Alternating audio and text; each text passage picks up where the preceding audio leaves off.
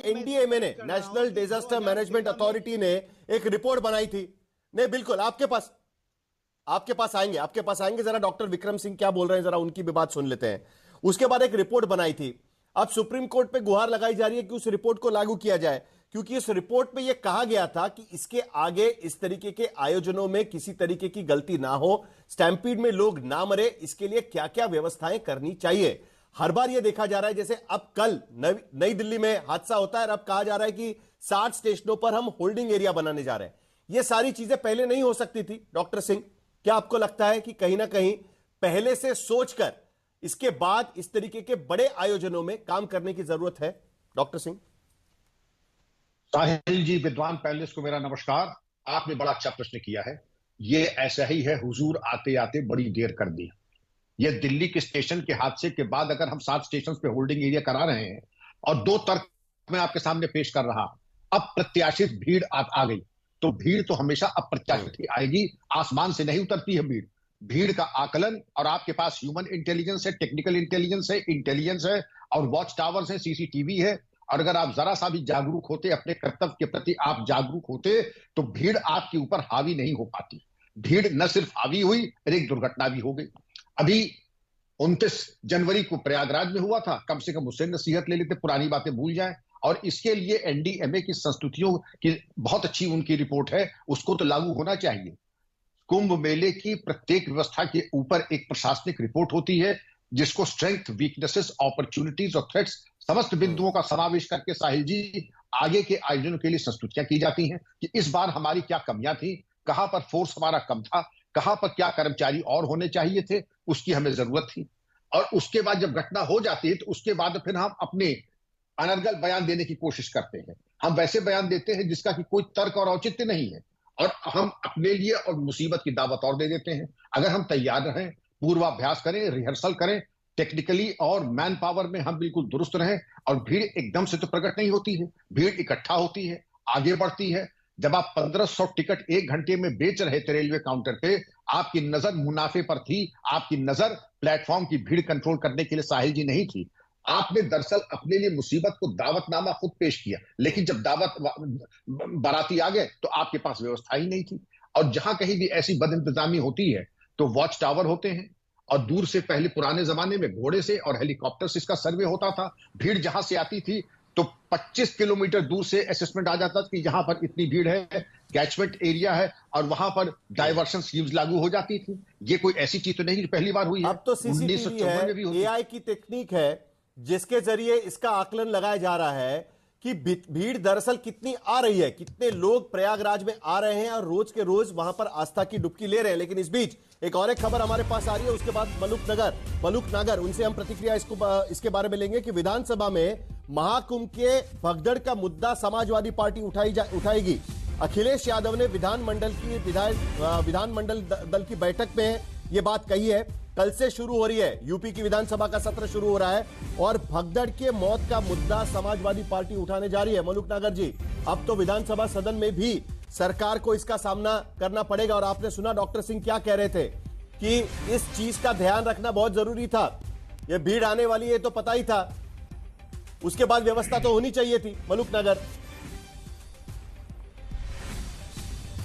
देखिए, ये तो साहिल जी बात सही है विक्रम सिंह जी की भी, और व्यवहारिकता में भी, कि भीड़ को संभालने के लिए सारे तंत्र यंत्रों का इस्तेमाल करके और सबसे बेहतर जो व्यवस्था हो वो देनी चाहिए, और कहीं ना कहीं चूक रह जाती है जिससे कुछ जो लोगों की जान गंवानी पड़ती है, वो बहुत दुखद है। लेकिन एक बात मैं डॉक्टर साहब की बात को और जो हमारे विपक्ष के लोग की बात को कह रहा हूं, या जो आपने कहा विधानसभा में ये मुद्दा उठाया जाएगा।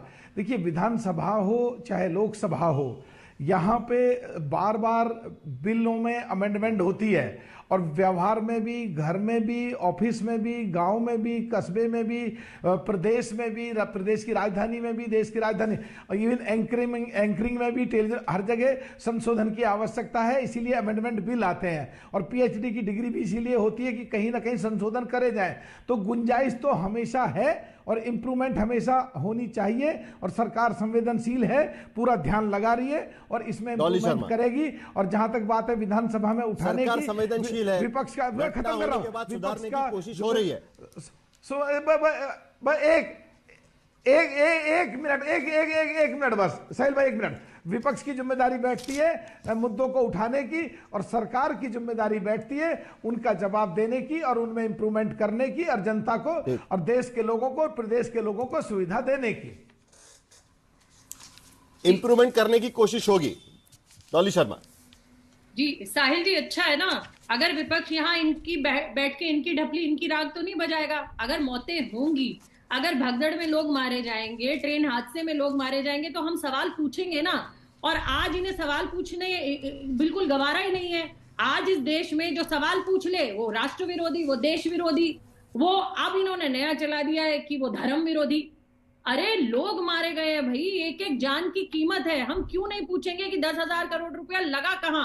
हम क्यों नहीं पूछेंगे रहने के इंतजाम क्यों नहीं है? हम क्यों नहीं पूछेंगे खाने के इंतजाम क्यों नहीं है? ये अर्थव्यवस्था की बात करते हैं, इन्होंने रोड जितने वहां डाइवर्ट कर दिया। आप वहां जाकर मुझे लगता है गए नहीं है ये वहां की असली स्थिति देखने। वहां लोगों के सामान नहीं बिक रहे हैं। जो मेले में जिन्होंने स्टॉल्स लगाई हैं, दुकानें ली हैं, पैसा खर्च किया, जाके पूछिए उनकी कितनी बिक्री हो रही है। रोड जितने डाइवर्ट कर दिए कि उनकी दुकानों तक लोग नहीं पहुंच रहे। कहां कौन क्या खरीदेगा? अर्थव्यवस्था ये आज भी लोगों की मौत से ज्यादा इन्हें पैसों की पड़ी। अनप्लैंड जीएसटी, अनप्लैंड नोटबंदी, अनप्लैंड हर कुछ, अब अनप्लैंड कुंभ, ये भारतीय जनता पार्टी कर रही है।